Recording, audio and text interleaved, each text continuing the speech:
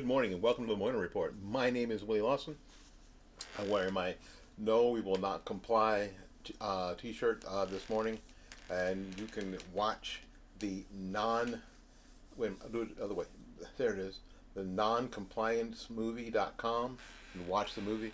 The new movie Sheriff is out as well. You need to watch that too.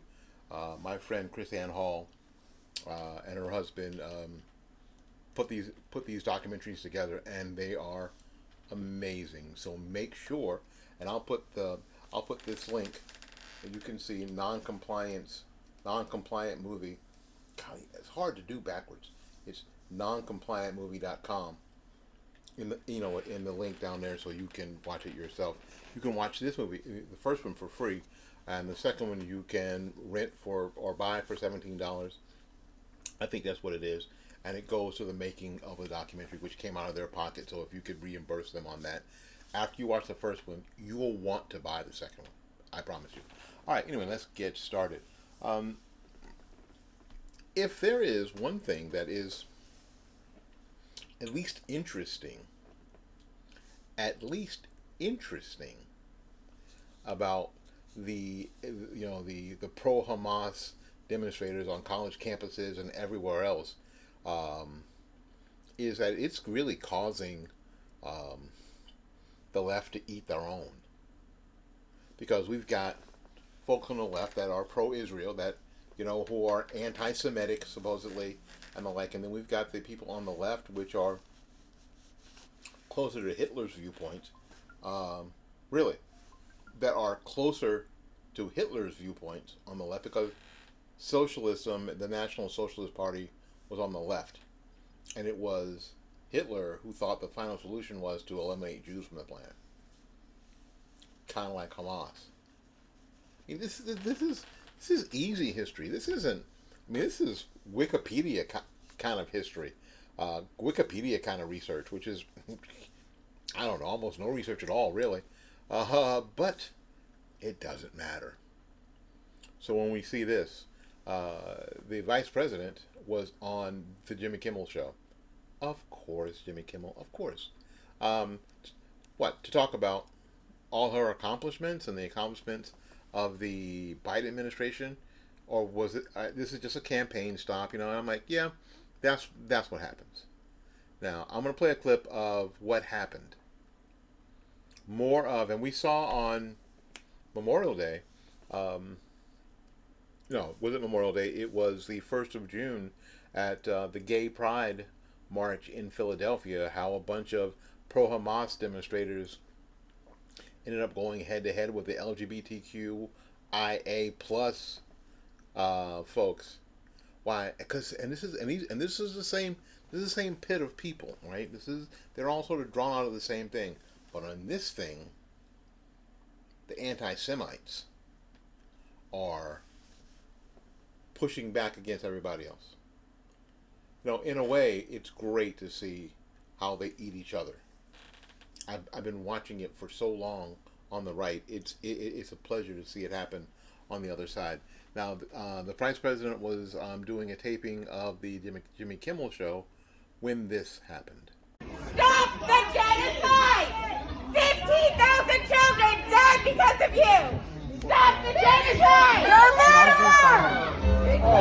15,000 children died! She has her phone. Kamala Harris! It's good to have you back. Stop. Not thinking! He's like, you're lying to his fault. You're interrupting my flow.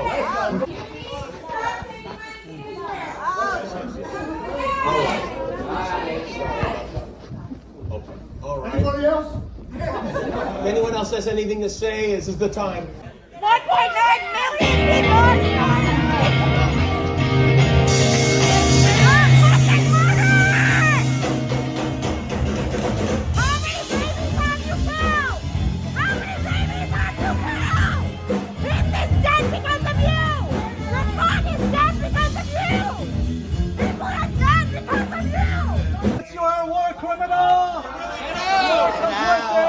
Genocide of Palestinian children! No cameras. Are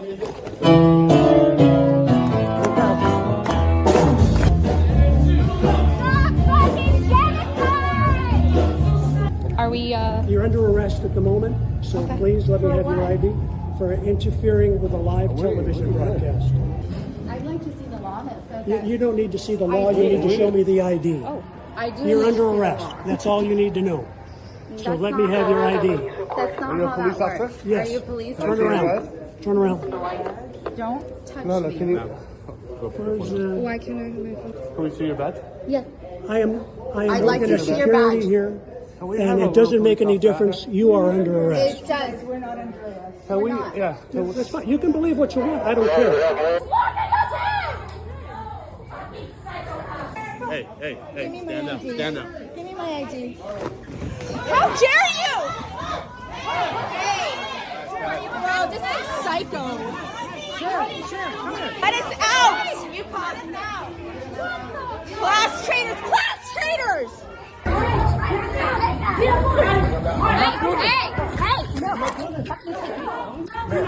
Ceasefire now! Ceasefire now! Ceasefire now! Let him go! Let him out! Don't you fucking try to hurt people. Let's go. Free, free Palestine! Free, free Palestine! Free, free, free Palestine! Free, free, free Palestine! From the river to the sea! Palestine will be free! Palestine will be free! From the sea to the river! From the sea to the river! Palestine will live forever! Palestine will live forever! Israel bombs, USA pay! Israel bombs, USA pay! How many kids have we killed today? How many kids have we killed today?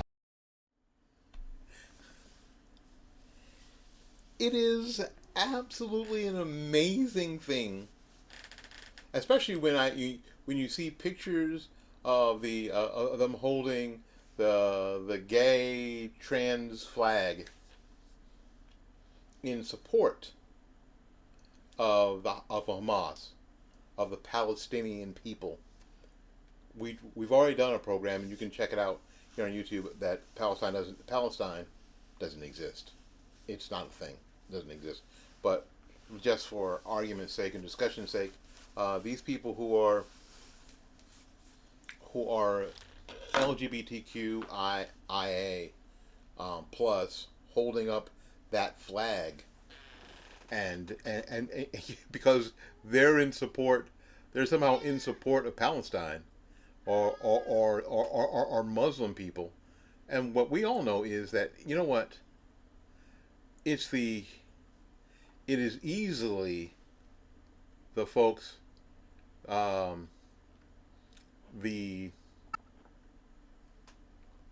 see if I can get this to stop so I can show it to you, because it's absolutely freaking amazing. Hang on a second. All right, let me show you. Let me see if there it is.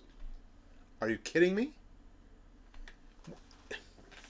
And and Muslims have come on and have done videos saying that this is not helping them. It's not helping. But I don't think there's any way that you can stop the average liberal white woman. I just don't think you can stop her. I think that the average, and this is, and it is insane. But in all seriousness, I'm really of the mind that the average liberal white woman, especially in her 20s, has such an empty existence that they are dying, for a lack of a better term, to attach themselves to anything that they think has meaning. Anything.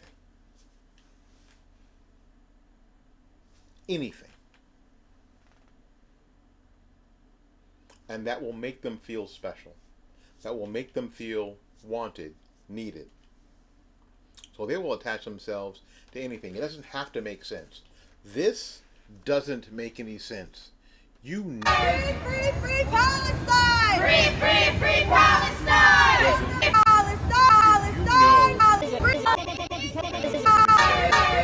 You know that right there doesn't make a lick of sense. We know that, right? We all know that. So how? Are you kidding me? Now, the fact that they went to the Jimmy Kimmel show, knowing that Kamala Harris was going to be on, and this is a Code Pink thing, by the way, and this is what they did, and you saw what they did. Now you're never going to see that aired anyway because, of course, it was a taping in the afternoon. You know, they don't do those shows live at night. You know, at 11 o'clock at night, 11:30 at night. They don't. They tape them. They tape them during the day at about the 5:30 hour, and then they may have to do it twice, and then they put them up at 11:30 because that's the way TV works. You thought Johnny Carson was up late. That was late night. No, Johnny Carson was, by the time the show came on, Johnny and Ed and Doc were probably sleeping. Doc was probably working. Doc probably had a gig. And all the dudes in the band had gigs. But on the average day, they were already in their Betty Bye, in their PJs when the show actually aired, because they tape it in the afternoon. So they had to tape the show again. And this idea of this security guard, and it is funny, saying that you're under arrest, and your crime is for you interfering in a live television performance. First of all, it's not live, and one of them say, "I want to see the law," and the guy said, "I'm in charge of security here." Yeah, so this Wackenhut security guard was going to imprison these people. I love the left. I love how they turn on each other. Hopefully we'll see more. In the article that I pulled this from, one of the comments, and I told you I don't read comments because comments make me crazy, but it is an interesting thing, and I want to know what you think. So write in my comments, please. The Democrat National Convention is going to be in Chicago. Now, some of us are old enough. Now, I was super young. I was like 8 years old to remember, or at least learn about the Democrat National Convention held in Chicago in 1968. That was still Vietnam war protesters. All hell broke loose. All absolute hell broke loose. So what do you think it's going to be like? Now, what's different now than then from then is there is a movement to have most of the Democrat National Convention be virtual. That's not the right word. Online. To stop the crowds. To not show the protesters. What do you think? Is that how they're going to pull it off? How they're going to say everything was great? Now, I had an idea just occur to me. What do you think about it? Write in the comments. What about hackers? Is their convention going to be susceptible to hackers? You think? Now, the more they say, the more the word gets out that they're not going to meet all at one place in Chicago. That people will be, delegations will be casting their ballots for Joe Biden and Kamala Harris from their respective states. Do you think maybe that there could be hackers? Won't be me. Hell, I had to reload my flight simulator on this computer because it just jammed up. So it ain't gonna be me. I don't know enough about that kind of stuff. But the people who do are the terrorists. The terrorists that we're letting into this country by huge numbers. What do you think? Write it in the comments. All right, we're gonna take a little break because I want you to see this video that I found on Threads. Anybody else do Threads? No, I didn't think so. Nobody does that crap. But I do it just because of you. This is from the lieutenant. This is well, you'll see who it's from. It's only about a minute. It's about almost 2 minutes. So go ahead, please check it out, and then comment on it in the comments. Alrighty, were we ready? No one should be sitting in our nation's capital because they want to be an elected official. That's the problem right now. People want to be an elected official. They want to pop their collar. They want people to open the door for them. They want the doors. They want to be driven around in a limousine. They want everybody to know their names. And they want to get rich.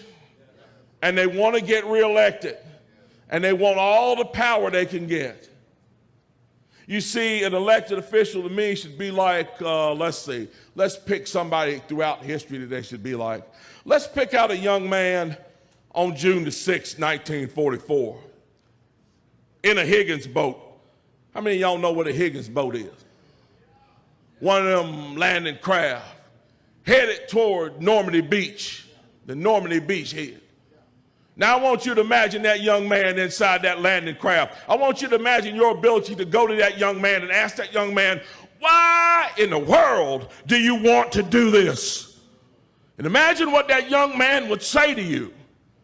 He would say, I don't want to do this. But you see, back home, the Japanese bombed Pearl Harbor.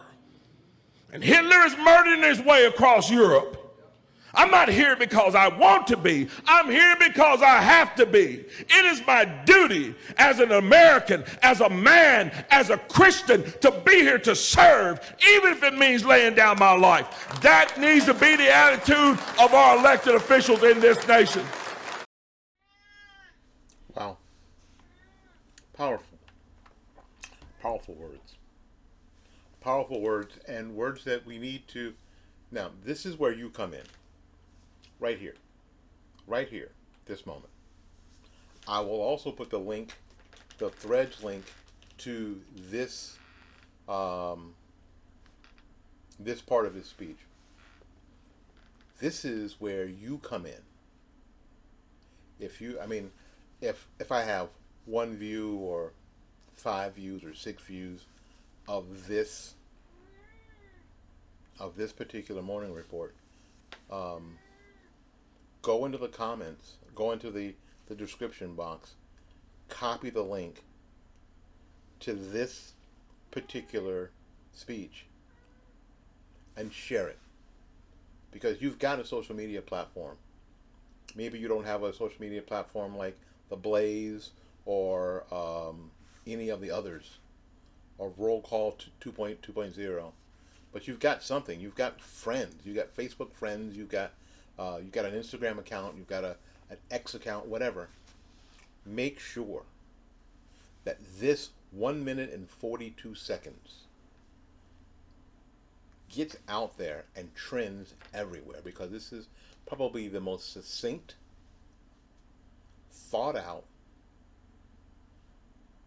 description of who should be in federal office, who should be in office anywhere. And it doesn't, and it doesn't lay on Republicans or Democrats. It lays on the entire institution, because we know that the entire institution has problems. And we know that Mr. Robinson is absolutely correct about the kind of people who want to be especially in government, especially at the federal level. Because frankly, it's hard to get rich being the mayor of a town of 3,000 people. It's impossible. You ain't going to get rich. The campaign is going to make sure, just getting through the campaign will make sure that you're not rich. Right? And you're not going to be toted around in a limousine if you're on the city council of even a place like Tampa. Tampa's a pretty up and coming city in America, and the people at my friend Guido Maniscalco isn't being toted around in a limousine. Now, Guido's family business does well, but Guido's hardly rich like the Rockefeller. He ain't Rockefeller rich or Kennedy rich. Not that I've seen, not that I've heard about. So if you're on, this is strictly really from people at the federal level, people who stay in Congress for 40 years, people who stay in the Senate for 50 years. So it's not even it's not even at the presidential level, because the most you can stay is 8. Now they damn sure get rich. You watch the if you watch the net worth of some of these people and how it grows, they make bank, no doubt. But this speech, I'm believing, is directed towards the Senate and people in the House of Representatives. Now, I know a lot of you say, well, if we just had term limits, we do have term limits. Did you know we had term limits? Do you know how many terms that the a senator or someone in the House of Representatives can be held to in this term limits that we already have? You know how many? I do. 1.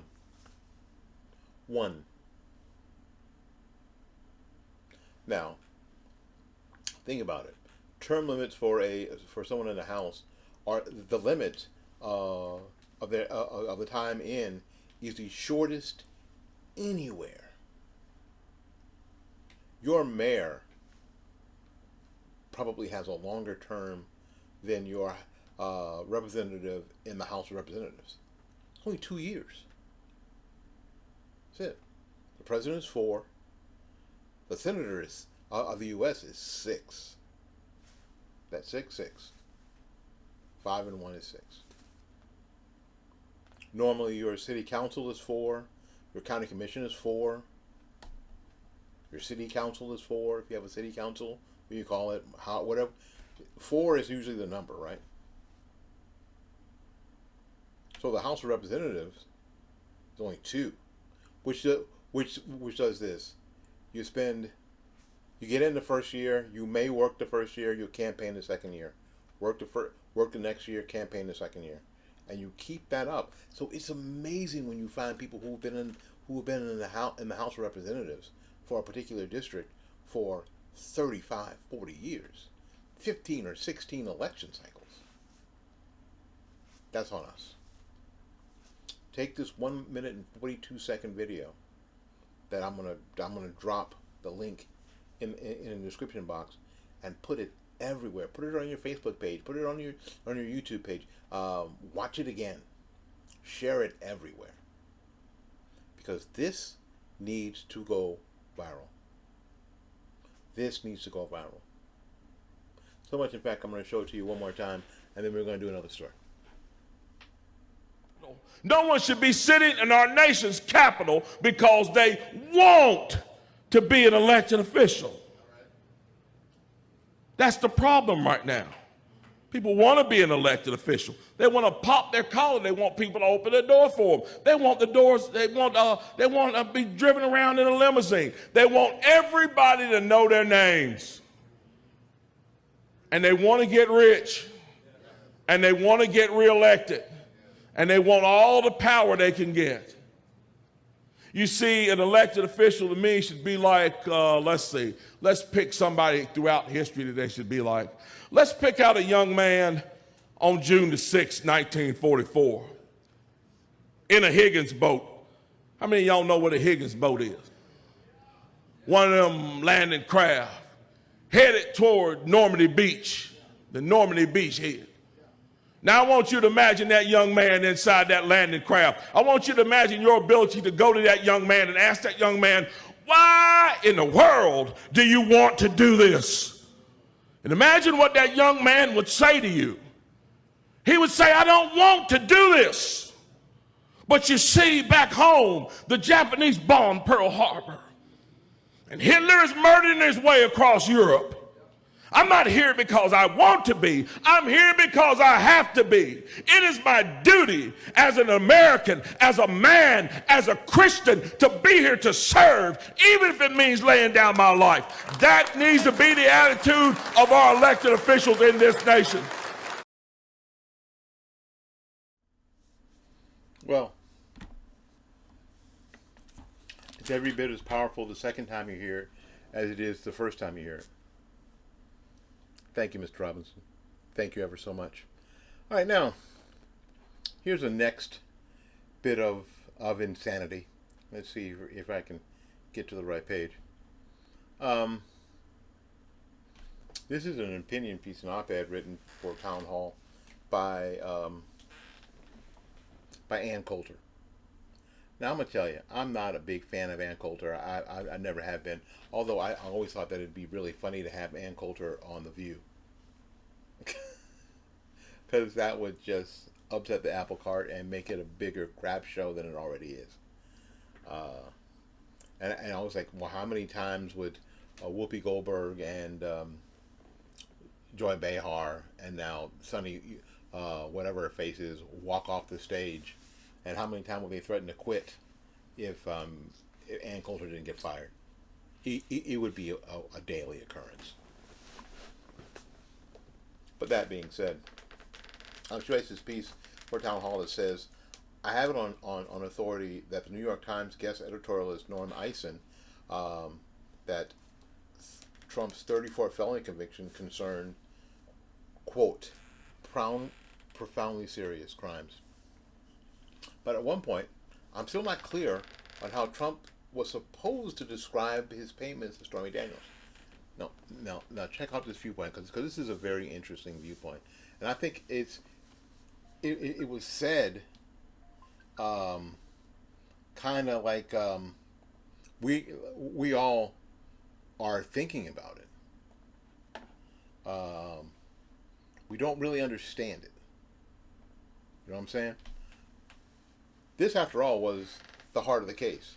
Trump committed felonies by recording the payments to Daniels made through his lawyer, Michael Cohen, as, quote, as a legal expense, thus creating this whole false business record. You know what I'm saying? A legal expense. Now, how was he supposed to describe it? A nuisance fee? An extortion payment? The cost of doing business for a celebrity? How about this? Legal settlement that's a lot cheaper than having my lawyers run up a gigantic bill for suing Daniels for defamation. No. The only answer liberals will accept is this one right here. And hang on, because this is a long one. Hush money payments to a porn star who was threatening to claim we had sex. A claim as false as the Trump Tower doorman's allegations I had an illegitimate child with an employee, which is also false. That even the media admit it's false, for the exclusive purpose of hiding the porn star's false claim from the electorate, so that they would vote for me, even though they did vote for me, despite seeing a video 1 month before the election of me bragging about grabbing a woman by the, the Daniels allegation, however, I believe would have pushed them over the edge. So I used my own money to pay Daniels not to lie about me, much like the $30,000 was paid to the lying doorman.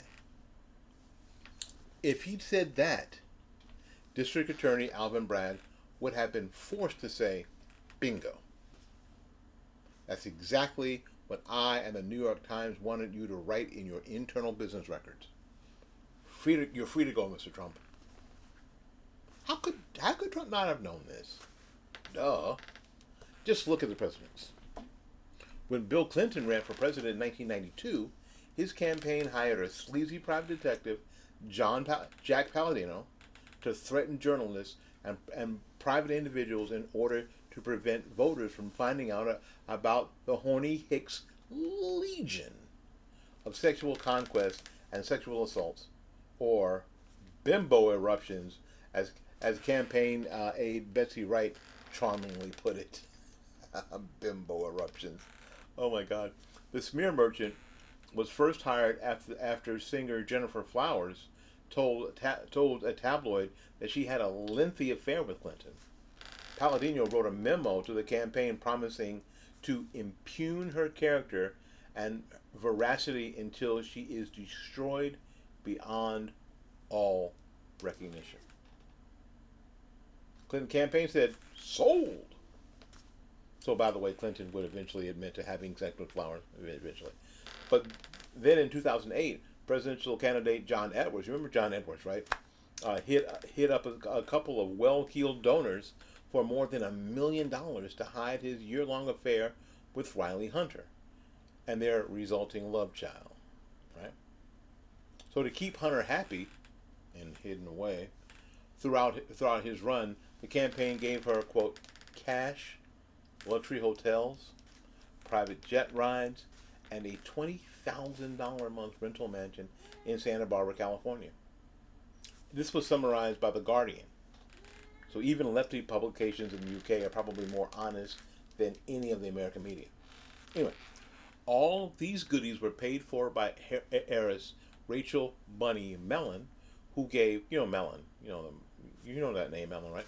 Who gave Edwards campaign $725,000, $750,000, laundered through a North Carolina interior decorator, and Texas lawyer Fred Barron, who gave the campaign $400,000. Well, how do they do that? Well, the donor, say Mellon, Carnegie Mellon, you know the name, the Carnegies and the Mellon get together and do, anyway. So they give the money to this entity, and then the entity uses all their employees to donate money to wherever they direct that money to wherever they want it to go. And Texas lawyer Fred Barron, who gave the campaign $400,000. So some of you finance buffs, campaign finance buffs, know that $250,000 and $400,000 exceeded the federal limit for campaign donations by about $500,000 apiece. The limit was $2,300 in 2008. So with Hunter squirreled away, Edwards orchestrated a massive cover-up, repeatedly denying the affair, only confessing after he was caught red-handed, but still insisting that it was not possible that he was the father of Hunter's child. He even asked the campaign aide, Andrew Young, to cop to being the child's true father, although he was married also. And you thought Michael Cohen was loyal. In 2008, in July, the National Enquirer caught Edwards sneaking into the Beverly Hilton with his mistress and love child, complete with photos of him holding his daughter. After spending about 6 hours alone with them, he tried to sneak out through the basement at 2:40 a.m. Whereupon his encounter with the Enquirer reporters, he ran back and forth but was continuously confronted by reporters, so he ducked into the hotel restroom and remained there for 15 minutes until hotel security rescued him. Maybe I don't have a nose for news, but that sounds like a pretty good story to me. Believe it a sex tape. Top that, Stormy. The Times did not breathe a word of it to readers. So suppose you're Donald Trump and you're trying to decide how to record a nuisance payment that you are making with your own money, not Bunny Mellon's, for an entry into your own books. How did Clinton report the cash that he was spending on lowlife to smear his sexual conquest? How did Edwards report the $1 million+ in campaign donations he received from Fred and Bunny to cover up an ongoing affair?